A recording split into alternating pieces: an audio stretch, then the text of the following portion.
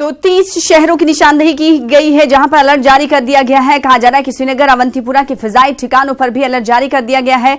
जम्मू, पठानकोट और हिंडन एयरबेस पर भी ऑरेंज अलर्ट जारी किया है। हमारे साथ जम्मू कश्मीर के एडिटर मनोज कौल जुड़ रहे हैं। श्रीनगर, अवंतीपुरा के फिजाई ठिकानों पर अलर्ट जारी किया गया है, इसके हवाले से मजीद तफसीलात हासिल करेंगे। मनोज कौल, जिस तरीके से दहशतगर्दाना हमलों की इनपुट मिली है, जिसके बाद मुल्क के 30 शहरों में अलर्ट जारी किया गया है, कहा यह जा रहा है कि श्रीनगर, अवंतीपुरा के फिजाई ठिकानों पर भी अलर्ट जारी किया गया है। क्या कुछ इस हवाले से तफसीलात? जी हाँ, बिल्कुल सना, जो हमारे पास इनपुट्स आए हैं, जो गवर्नमेंट सोर्सेज से खबर है कि जैश ए मोहम्मद के जो मिलिटेंट हैं वो इंडियन एयरफोर्स की बेसिस पे हमला कर सकते हैं। इसके चलते अवंतीपुर का जो बेस इंडियन एयरफोर्स का बेस है, या श्रीनगर का जो इंडियन एयरफोर्स बेस, पठानकोट का भी एयरफोर्स बेस जो है उस पर अलर्ट कर दिया गया, ऑरेंज अलर्ट कर दिया गया। यानी जो सिक्योरिटी फोर्सेज हैं उनको ये कहा गया है कि वो अलर्ट रहें, क्योंकि कोई भी किसी भी वक्त हमला हो सकता है। ये अब हमने देखा कि पिछले दिनों से जब खबरें गश्त कर रही थी कि जैश ए मोहम्मद के जो स्पेशल स्क्वाड बनाने के लिए कहा गया है कि इंटेलिजेंस इनपुट्स हैं कि जो वो बड़ी एक वारदात अंजाम दे सकते हैं मुल्क के मुख्तलिफ हिस्सों में, और उसमें जम्मू कश्मीर चूंकि यहाँ पर पहले से ही जैश के कार्डर्स मौजूद भी हैं, और हमने देखा कि कई बार जैश के मिलिटेंटों ने हमले भी किए हैं सिक्योरिटी फोर्सेस के कैंपों पर या सिक्योरिटी फोर्सेस की इंस्टॉलेशंस पे। लेकिन अब की बार जो अलर्ट जारी किया गया है, जो ऑरेंज अलर्ट जारी है, वो इंडियन एयरफोर्स की बेसिस पर है। तो जितनी भी बेसिस जम्मू कश्मीर में हैं उसमें कोशिश, ये जो ऑरेंज अलर्ट जो है वो जारी कर दिया गया है, और सिक्योरिटी फोर्सेस को ये कहा गया है कि वो अलर्ट रहें, ताकि अगर किसी भी तरह से कोई भी कोशिश जैश के मिलिटेंटों की तरफ से की जाए तो उसे नाकाम बना दिया जाए।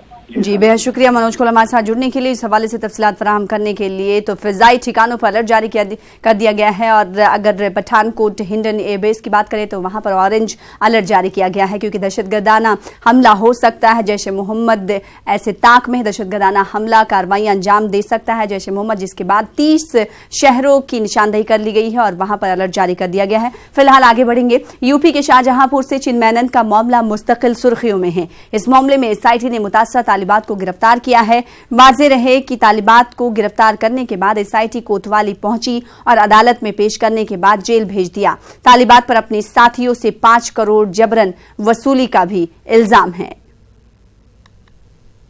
तो यूपी के शाहजहांपुर से चिन्मयानंद का मामला मुस्तकिल सुर्खियों में है। गुज़िश्ता दिनों यूपी के शाहजहांपुर से ही चिन्मयानंद को गिरफ्तार किया गया था, फिर उसके बाद अदालत में पेश किया गया, और इस मामले में एसआईटी ने मुतासरा तालिबा को भी गिरफ्तार कर लिया है, और कहा जा रहा है कि अब तालिबा को अदालत में भी पेश किया जाएगा। हमारे साथ हमारे नुमाइंदे दीप जुड़ रहे हैं शाहजहांपुर से हमारे नुमाइंदे। दीप, बताइएगा, क्या आज स्टूडेंट को अदालत में पेश किया जाना है? पहले हिरासत में लिया गया, अब उसकी गिरफ्तारी भी अमल में लाई गई है, क्या कुछ जानकारियां?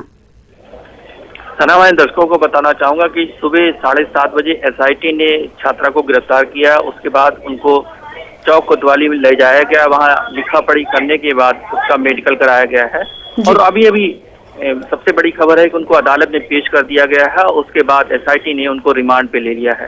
तो रिमांड पे पूछताछ की जाएगी छात्रा से, जो कुछ भी एसआईटी ने जो साथ हैं उनमें बारे में पूछताछ की गई।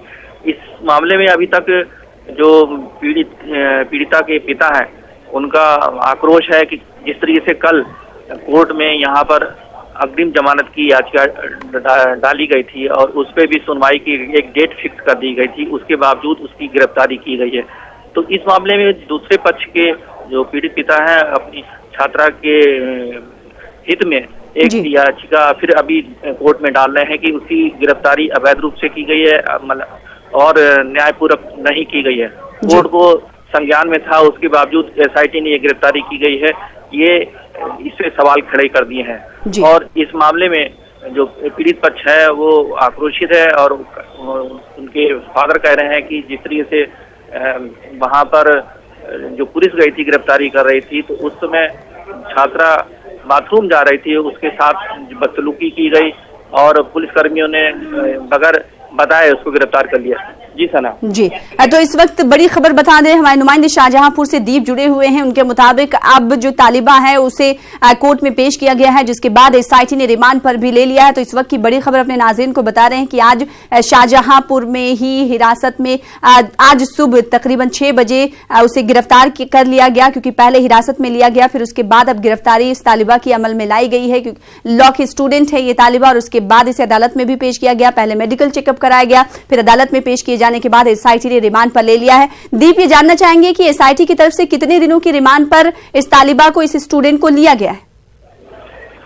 देखिए, सिर्फ अभी क्योंकि एसआईटी मीडिया से सब कुछ छिपा रही है और वो नहीं चाह रहे कि कोई बात बाहर जाए, तो वो सारी चीजें गुपचुप तो है। कोर्ट में ये सब चीजें बाहर निकल के आई कि उसको रिमांड पे ले लिया है और उसको गाड़ी में बैठा के कहीं ले जाया गया है। तो मीडिया से दूरी बना के रखी गई है, और जिस तरीके से यहाँ पर गहमा गहमी का माहौल है यहाँ को पूरे कोर्ट में, और जिस तरीके से पीड़िता को जब कल आई थी और उसको एक निश्चित डेट दी गई थी कि वो अपने साथ प्रस्तुत करे, और एसआईटी से भी ये कहा गया था, उसके बावजूद ये जो गिरफ्तारी हुई उसके सवाल खड़े किए जा रहे हैं। जी सना।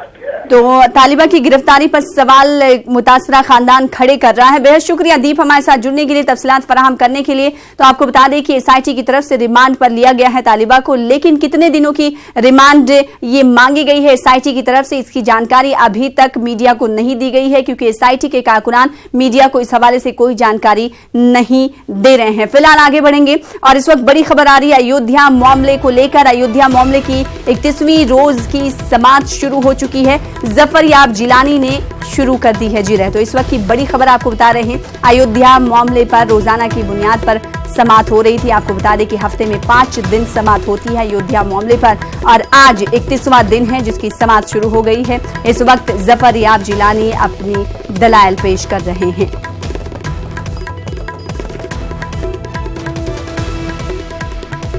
तो अयोध्या मामले की 31वीं रोज समाअत शुरू हो चुकी है। इस वक्त जफर याब जिलानी जो कि वकील हैं और बाबरी मस्जिद एक्शन कमेटी के कन्वेनर भी हैं, उन्होंने दलाइल शुरू कर दिए हैं, जिरा शुरू कर दी है। इससे पहले आपको बता दें कि निर्मोही अखाड़ा और रामलला बराजमान ने अपनी अपनी दलाइल रखी हैं।